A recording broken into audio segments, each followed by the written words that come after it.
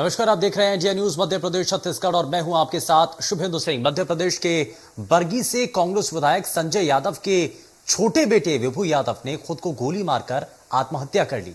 और खुद को गोली मारने से पहले विभू ने हिंदी और इंग्लिश दोनों भाषाओं में मिक्स नोट छोड़ा। लेटर पढ़ने पर लग रहा है कि विभू को परिजनों से बेहद प्यार था और उसने लेटर में लिखा है, मम्मी पापा मेरे जाने का दुख मत मनाना, अब मुझे जीने की इच्छा और जुनून नहीं रहा। विभू ने 2 पेज के सुसाइड में विभू ने परिजनों से कई बार माफी मांगी है। विभू ने लेटर में बताया कि मम्मी पापा भाई दोस्त सब बहुत अच्छे हैं। तो अब सवाल यह उठता है कि जब सब अच्छे थे, घर बाहर या स्कूल में किसी से कोई समस्या नहीं थी और ना ही किसी चीज की कमी थी, तो फिर आत्महत्या करने की वजह क्या है, कारण क्या है? विभू जैसे और भी बहुत सारे बच्चों ने बिना किसी ठोस वजह के सुसाइड किया हुआ है। और एनसीआरबी आंकड़ों के मुताबिक 14 से 18 साल के बच्चों के सुसाइड करने के मामले में मध्य प्रदेश नंबर 1 है। और पिछले 3 साल में मध्य प्रदेश में 3100 से ज्यादा बच्चों ने आत्महत्या की है। और अगर देश में बात करें तो पिछले 2 साल में करीब 24,000 से ज्यादा बच्चों ने आत्महत्या की है। और आत्महत्या के पीछे बड़े कारणों में परीक्षा फेल होने का डर, गेमिंग, मोबाइल और कई छोटी छोटी चीजों के डर से बच्चों ने अपनी जीवन को खत्म कर लिया है। बच्चों के आत्महत्या के ये आंकड़े बहुत ही चिंताजनक हैं और चौंकाने वाले हैं, डराने वाले हैं। आज हम बच्चों के बढ़ते आत्महत्या के मामले, आत्महत्या करने की वजह, इनके इस आत्मघाती सोच के पीछे की वजह और रोकने के तरीकों को लेकर के चर्चा करेंगे, जिसमें हमारे साथ कुछ खास मेहमान भी जुड़ने जा रहे हैं। लेकिन उससे पहले जरा आइए सुनते हैं आत्महत्या के बढ़ते मामलों पर आखिर क्या कुछ कह रहे हैं मानसिक रोग विशेषज्ञ डॉक्टर आलम। जरा वो आप सुनिए।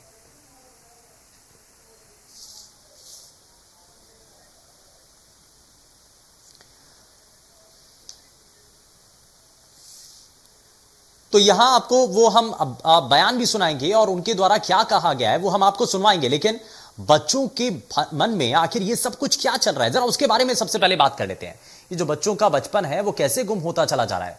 दरअसल बरगी से विधायक हैं, उनके छोटे बेटे के द्वारा आत्महत्या कर ली जाती है, सुसाइड कर लिया जाता है, खुद को गोली मार ली जाती है।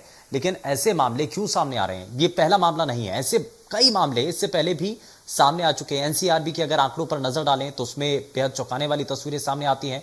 ये इस तरफ इशारा होता है कि मध्य प्रदेश के अंदर खास तौर पर, क्योंकि देश में पिछले 3 साल में 24,000 से ज्यादा बच्चों ने सुसाइड किया। पिछले साल देश में हर दिन 31 और हर घंटे एक बच्चे ने आत्महत्या की है। तो ये आत्महत्या के आंकड़े हैं जो कि बेहद चौंकाने वाले हैं और हमारे देश की युवा पीढ़ी, आने वाला देश का भविष्य, उसके ऊपर सवाल खड़े करता है। सवाल यह है कि आखिर कारण क्या है, क्या दबाव होता है? कई बार खुलासे होते हैं कि एग्जाम की वजह से, जो एग्जाम का डर होता है या परीक्षा के परिणाम जब सामने आते हैं उसकी वजह से बच्चे सुसाइड कर लेते हैं। आप देखिए, बोर्ड के जब एग्जाम सामने आते हैं, उसके जो नतीजे सामने आते हैं, तो उसके बाद कई बार ऐसी घटनाएं देखने को मिलती है, बच्चे सुसाइड कर लेते हैं। प्रेशर उनके ऊपर इतना ज्यादा बन चुका होता है, चाहे वो पेरेंट्स का प्रेशर कर लीजिए या फिर बच्चों को खुद ही ये लगता है कि वो किसी दबाव में है या फिर उनके द्वारा अच्छा स्कोर नहीं किया गया, सिर्फ एग्जाम को ही सब कुछ मान लिया जाता है। तो एग्जाम को सब कुछ मान लेना, आपको यह समझाना होगा, ये उन सभी माता पिता अभिभावकों के लिए बड़ी खबर है और ये बड़ी चीजें हैं जो कि आपको समझना बड़ा जरूरी है। जिस घर में छोटे छोटे बच्चे हैं उन घर वालों के लिए, उन पेरेंट्स के लिए ये बड़ी जरूरी खबर है। आप जरा समझिए और देखिए कि कहीं ऐसा तो नहीं कि आपके जो नौनिहाल है, छोटे छोटे बच्चे हैं जिनको आप देख रहे हैं, समझ रहे हैं, वो कहीं डिप्रेशन में तो नहीं है। क्योंकि आजकल ये भी ऐसे कई मामले सामने आ रहे हैं जिसमें छोटे छोटे बच्चे डिप्रेशन में आ जाते हैं। छोटे छोटे बच्चे जो है मानसिक तौर पर उनके ऊपर दबाव बनता चला जाता है। अब वो पेरेंट्स का दबाव होता है या कोई और दूसरा दबाव है, पढ़ाई का प्रेशर है या कोई और दूसरा प्रेशर है। इसमें आजकल के समय में गेमिंग का भी एक बड़ा फैक्टर सामने आ रहा है, क्योंकि गेम की जो आदत है वो बच्चों को हद से ज्यादा लग जाती है और ये एक लत में बदल जाती है। और इसी लत की वजह से कई बार बच्चे जो है वो डिप्रेशन में आ जाते हैं, वो पूरी तरीके से परिवार से कट जाते हैं, खोए खोए से रहते हैं। अगर ऐसे ही कुछ लक्षण नजर आते हैं, आप भी अगर ऐसा ही कुछ देख रहे हैं, तो जरा बच्चों से बात करिए।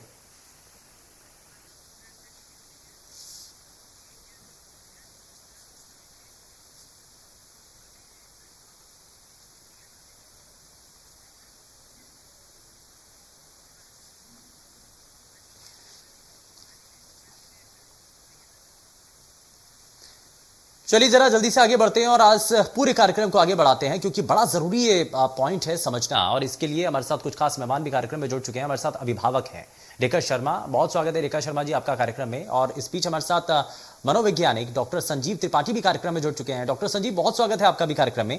और साथ ही हमारे साथ डॉक्टर अनिमेश चौधरी भी कार्यक्रम में जुड़ चुके हैं। डॉक्टर अनिमेश, बहुत स्वागत है आपका कार्यक्रम में। और जरा मैं शुरुआत कर रहा हूं, सबसे पहले मैं डॉक्टर संजीव त्रिपाठी आपसे ही जानना चाह रहा हूं कि हाल ही में बरगी के विधायक के छोटे बेटे के द्वारा आत्महत्या कर ली जाती है। ये पहला मामला नहीं है, इससे पहले भी कई बार ऐसे सुसाइड के मामले सामने आए जब छोटे छोटे बच्चे इतने बड़े कदम उठा लेते हैं। ये आखिर हो क्या रहा है? बच्चों के ऊपर पढ़ाई का प्रेशर या कोई और दूसरा प्रेशर, क्या माना जाए? तो ये एक तरह का एक सोशल चेंज आया है और ये जो सिचुएशन आज बच्चे फेस कर रहे हैं, ये जो चेंज आया है उसमें आप देखेंगे लाइफ स्टाइल में बच्चों की चेंज है। पहले बच्चों का इतना प्रेशर नहीं होता था, एक जॉइंट फैमिली होती थी और एक सपोर्ट सिस्टम होता था। लेकिन अब आजकल बच्चे ज्यादा शेयर नहीं कर पाते क्योंकि माता पिता के पास टाइम नहीं होता है और बच्चे बहुत डिफिकल्टी महसूस करते हैं, कई बार पढ़ाई में डिफिकल्टी महसूस करते हैं या किसी तरह का पीयर प्रेशर महसूस करते हैं।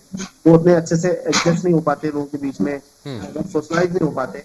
तो ये सारे फैक्टर्स जो रहते हैं वो कहीं ना कहीं जो लाइफ स्टाइल चेंज हुई है उससे बच्चे में जो स्किल्स डेवलप होनी चाहिए, जो सोशल स्किल्स डेवलप होनी चाहिए या एक हम कह सकते हैं प्रॉब्लम सॉल्विंग स्किल्स डेवलप होनी चाहिए, वो उसमें डेवलप नहीं हो पाती है। तो बच्चे बहुत जल्दी गिव अप कर देते हैं। कई बच्चे अपनी सेल्फ स्टीम डेवलप नहीं कर पाते। कई बार बच्चे किसी तरह की पढ़ाई में डिफिकल्टी महसूस कर रहे हैं तो उसमें सपोर्ट सिस्टम जो मिलता था पहले फैमिली की तरफ से मिलता था, एक स्पेशल अटेंशन फैमिली मेंबर्स देते थे उस पर, वो नहीं दे पाते हैं। तो बच्चा बहुत आइसोलेटेड हो रहा है। मतलब आज की अगर हम देखें, आज की न्यूक्लियर फैमिलीज है उसमें बच्चे के पास इतने सारे लोग नहीं है बात करने के लिए और वो अपनी चीजें शेयर नहीं कर पाता है। वो एक तरह का दबाव है, तो वो उससे कैसे बाहर आए उसको समझ नहीं पाता है।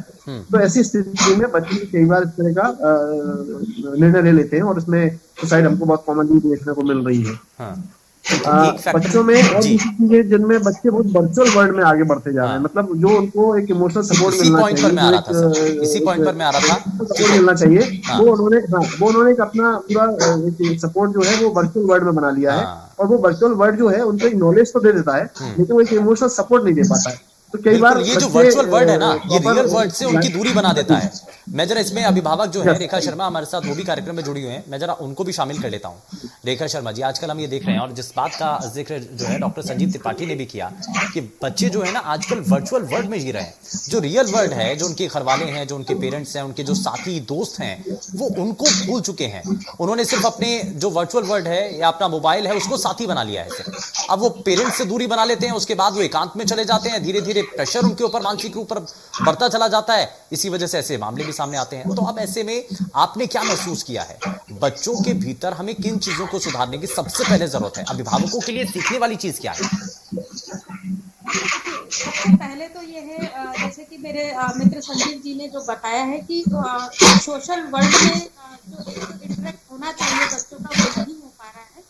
और व्हाट्सएप, इंस्टाग्राम, फेसबुक, ये उनकी दुनिया हो गई। अब ये बहुत कुछ फीलिंग्स शेयर तो कर पाते हैं लेकिन जो बोलना चाहिए वो नहीं कर पाते।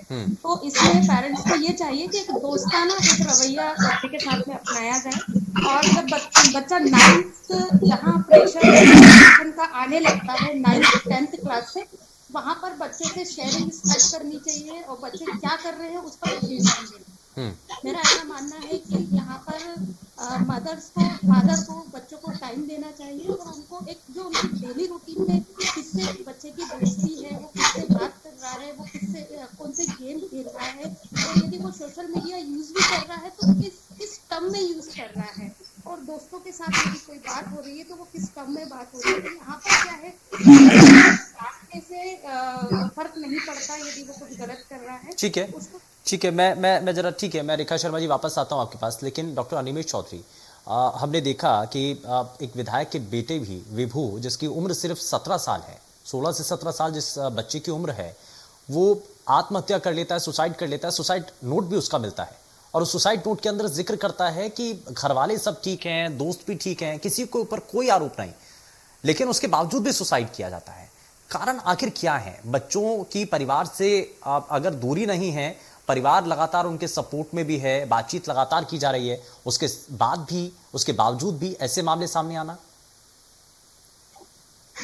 बहुत सामान्य सी बात है। आप अपने घर में भी देख सकते हैं, कोविड के समय पे आपने देखा होगा कि घर में सब कोई भी बैठे हुए हैं तो लगभग हर कोई अपने मोबाइल में बिजी रहता है। यह समय ऐसा है कि हम एक वर्चुअल रियलिटी में जी रहे हैं।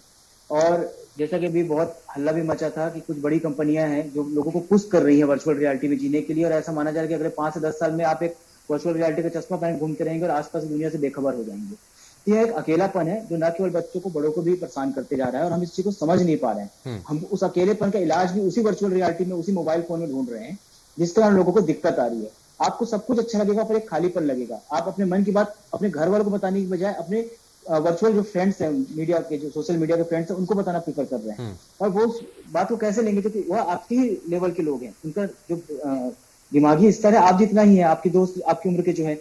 आप किसी समझदार व्यक्ति से बातें नहीं कर पा रहे हैं, परिवार में अपने माँ बाप, अपने दादा दादी से आप ये बातें नहीं कर पा रहे हैं। आपको एक बहुत सिंपल से एग्जांपल देता हूं मैं। हमारे पास पुराने भी कुछ ऐसे थे जो बहुत अच्छे सेलिब्रिटीज बने बाद में, पर वो बचपन में डिप्रेशन में रहे। संजय दत्त को तो सर खैर सभी जानते हैं, पर लकी अली के बारे में कभी पढ़िएगा। महमूद के बेटे थे वो, महमूद लगातार बिजी रहते थे। तो लकी अली को शुरुआत में कोई दिक्कत नहीं हुई, बहुत अच्छे स्कूल में पढ़े, सब कुछ है, पर अपने परिवार में उनका पिता से सामना इतना कम हुआ कि वह बाद में नशे की लत में पड़ गए।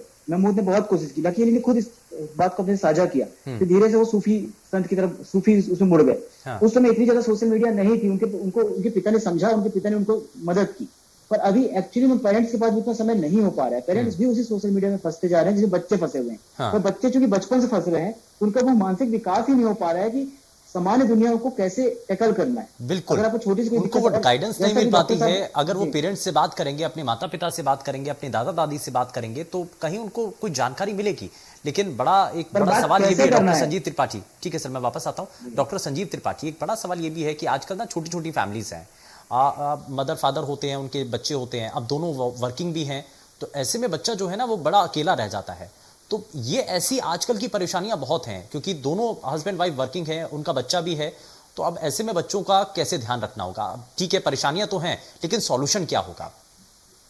देखिए, मैं आप जो मुझे आंकड़े बता रहे थे वो डरावने हैं। वो आंकड़े कि इतनी ज्यादा संख्या में बच्चे सुसाइड करते हैं। तो क्या हम सिर्फ एक इंडिविजुअल लेवल पर इस पर काम करके उसमें सुधार ला सकते हैं? मुझे लगता है हमको मास लेवल पर काम करना होगा, हमको एक सोशल लेवल पर काम करना होगा। सबसे पहले मैं इंडिविजुअल लेवल पर भी आऊंगा, और मुझे लगता है कि सरकारों को, प्रशासन को इस बात के लिए जागरूक होना पड़ेगा और उनको इसे अभियान के रूप में इसको लेना पड़ेगा। मुझे याद है बचपन में मैं सरकारी स्कूल में पढ़ा हूँ, तो वहां पर आई चेकअप बहुत रेगुलर होते थे। तो क्यों नहीं हम एक मेंटल हेल्थ चेकअप, एक कैंपेन, एक स्क्रीनिंग सभी स्कूलों में कंपलसरी कर दें। सभी स्कूलों में काउंसलर्स कंपलसरी हैं, लेकिन अभी सभी जगह अपॉइंट नहीं किए गए। उसके लिए हम एक दबाव बनाएं कि सभी स्कूलों में कंपलसरी हो काउंसलर, साइकोलॉजिस्ट, और रेगुलर बेसिस पर बच्चों से बातचीत की जाए, उनसे इंटरेक्ट किया जाए और उनका स्क्रीनिंग किया जाए। बहुत से साइकोलॉजिकल टेस्ट अवेलेबल हैं जो ग्रुप में लगाए जा सकते हैं, और बहुत जल्दी उनको आइडेंटिफाई किया सकता है कौन से बच्चे स्ट्रेस में हैं, कौन से बच्चे डिप्रेशन में हैं, और हम बहुत अच्छे लेवल पर बच्चों में जागरूकता पैदा कर सकते हैं, उनके पेरेंट्स में जागरूकता पैदा कर सकते हैं। तो ये तो हो गई हम एक सोशल लेवल पर काम कर सकते हैं, प्रशासन लेवल पर काम कर सकते हैं। दूसरा एक है कि हम इंडिविजुअल लेवल पर अगर माता पिता को जागरूक कर सके कि अगर वो कोशिश करें कि अपने बच्चों से बात करें, उनके साथ फ्रेंडली हों, उनको एक कई बार हम बच्चों के साथ बहुत ज्यादा कंडीशनल होते हैं कि बच्चे अगर आपके साथ व्यवहार पढ़ाई में अच्छा कर रहे हैं तो आप बच्चों के साथ अच्छे, नहीं तो आप बच्चों को इग्नोर करने लगते हैं, बच्चों को डांटने या मारने लगते हैं। आप बच्चों को समझते नहीं है, तो बच्चों के साथ प्रॉपर कम्युनिकेट करें, उनके साथ शेयर करें, उनके साथ दोस्ताना व्यवहार करें, तो बच्चे आपके साथ बहुत सारी बातें अपनी दिल की शेयर करने लगते हैं। नहीं तो बच्चे वही चीज बाहर ढूंढते हैं, वो दूसरे दोस्तों में ढूंढते हैं। ये कितना प्रैक्टिकल है ना, ये कितना प्रैक्टिकल है। हम कह तो देते हैं कि हमें दोस्ताना व्यवहार करना चाहिए, लेकिन कितना हो पाता है? क्योंकि बच्चों के साथ पेरेंट्स की जो दूरी है ना, वो यहीं से शुरू हो जाती है कि अगर हम ज्यादा फ्रेंडली हो जाएंगे तो कहीं ऐसा ना हो कि वो हमारी बात मानेंगे कि नहीं मानेंगे। यहां से वो शुरुआत होती है और ये जो दूरियां वो बढ़ती चली जाती हैं। ये सबसे पहले हमें इस दूरी को खत्म करना होगा। इसमें आपको एक स्मार्टनेस की जरूरत है। दोस्ताना व्यवहार का मतलब ये नहीं होता कि आप अपनी अथॉरिटी छोड़ दें। आपकी अथॉरिटी बच्चा पहचानेगा, जानेगा। आप जो भी बात करते हैं, बस आप उसको स्पेस देते हैं कि वो आपसे कुछ भी शेयर कर सकता है, और आप उसको जज नहीं कर रहे, आप उसको प्रॉपर सॉल्यूशन दे रहे हैं, आप उसका सही तरीका, उसको एग्जांपल से बहुत सारी चीजों को समझाने की कोशिश कर रहे हैं, और बच्चे को आप सॉल्यूशन वाकई में दे पाते हैं। तो बच्चा हमेशा जब भी कोई प्रॉब्लम होगी वो आपके पास सॉल्यूशन के लिए आएगा। वो कभी कोई गलती करेगा तो आपसे कुछ छुपाएगा नहीं। तो यहीं से कम्युनिकेशन डेवलप होता है। जो आजकल पेरेंट्स और बच्चों के बीच में कम्युनिकेशन गैप है, वो दूर करना बहुत जरूरी है, क्योंकि जितना अच्छा सपोर्ट घर वाले कर सकते हैं, कोई भी नहीं कर सकता। तो ये जरूरी है कि हम बच्चों के साथ थोड़ा टाइम स्पेंड करें, क्वालिटी टाइम स्पेंड करें, और बाकी पेरेंट्स को भी अपने वर्चुअल वर्ल्ड से बाहर आना होगा और बच्चों के साथ क्वालिटी टाइम स्पेंड करना होगा। ठीक है रेखा जी, आपने तो खुद भी महसूस किया होगा, आप अभिभावक हैं, आपने महसूस भी किया होगा, देखा भी होगा, बच्चे कई बार ऐसा होता है कि वो वर्चुअल वर्ल्ड में होते हैं, अपने दोस्तों के साथ ज़्यादा होते हैं, वो एकांत में चले जाते हैं, मतलब अकेलेपन में वो होते हैं। तो उस वक्त सबसे ज़्यादा जो गौर करने वाली चीज़ें हैं वो क्या है? एक पेरेंट्स के लिए जब ऐसी सिचुएशन बन जाती है, बच्चा उनसे दूरी बना लेता है, बातचीत नहीं कर रहा है, तब उनको ज़्यादा क्या करना चाहिए?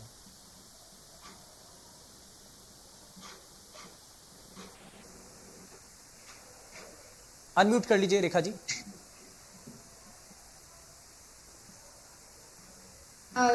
जी। सबसे बेस्ट जो माध्यम है कम्युनिकेशन का, जैसा कि मेरे मित्र संजीव जी ने बताया है कि सर कम्युनिकेशन करके ही आप बच्चे की फीलिंग्स को समझ पाएंगे कि वो आपसे क्या छुपा रहा है और क्या आपको बता रहा है। आप क्योंकि आप पेरेंट्स हैं तो आप उसको बहुत अच्छे से समझ सकते हैं कि वो किस तरह से इंटरेक्ट कर रहा है, उसके फेशियल एक्सप्रेशन क्या है, जो वो बोल रहा है क्या वो सही हो सकता है या गलत वो बोल रहा है। ये तो आपको एक फिर ये रहेगा कि आपको एक क्वालिटी टाइम बच्चे को देना रहेगा। और क्योंकि हम वर्चुअल वर्ल्ड की बात कर रहे हैं तो सर हमको पेरेंट्स एक को चीज तो पहले ये भी है ना निकलना कि बच्चे सीखते कहाँ से हैं? सीखते तो घर से ही हैं, अपने आसपास जो देखते हैं वो वही तो सीखते हैं। क्योंकि हम भी जो पेरेंट्स हैं वो खुद भी मोबाइल में वो पूरा टाइम जो है रहते हैं, उसमें इन्वॉल्व रहते हैं, बच्चे के ऊपर उतना ज़्यादा ध्यान नहीं रहता है। तो जब पेरेंट्स नहीं होते हैं, उनके पास भी अगर कोई फ़ोन है, और आजकल तो ये कोरोना के बाद से मुझे लगता है ज़्यादा हुआ है, क्योंकि बच्चों की ऑनलाइन पढ़ाई हुई है और बच्चों की ऑनलाइन पढ़ाई के एवज में बच्चों ने जो मोबाइल चलाना है वो ज़्यादा सीख लिया है।